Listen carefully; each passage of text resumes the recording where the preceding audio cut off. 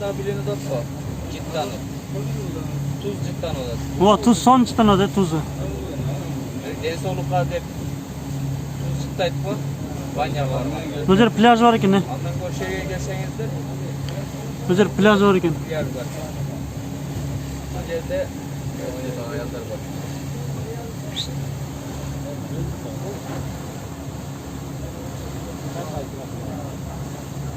No shopper ekan. Damla.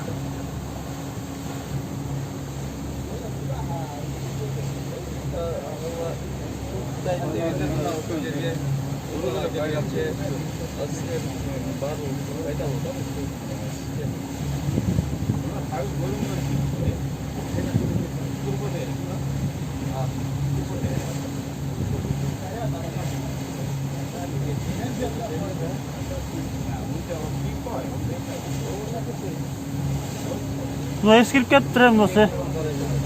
No'si eskirip ketiptir mына jeri katarchi. Qaralbay qolibdir. 2 metr jo'q bu. 2 metrdan aşık gömsa kerak adamdı. Jo'q, uni terengil olsa kerak. Jo'q, ko'ringanda al, sunuq aldaydi da. Sunuqu bunday ko'ringan nimada bo'lar? Tereng bo'lar. Adam gömsa kerak. Teyzeyle kaydıyorsun. Sen bunu ne?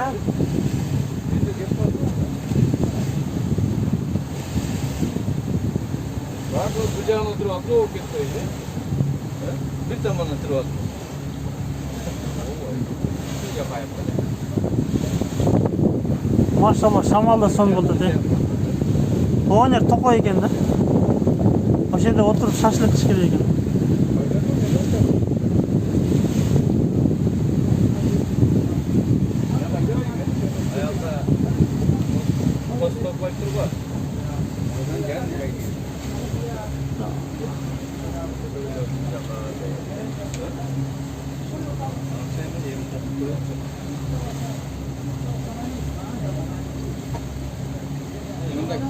Damla ne olur?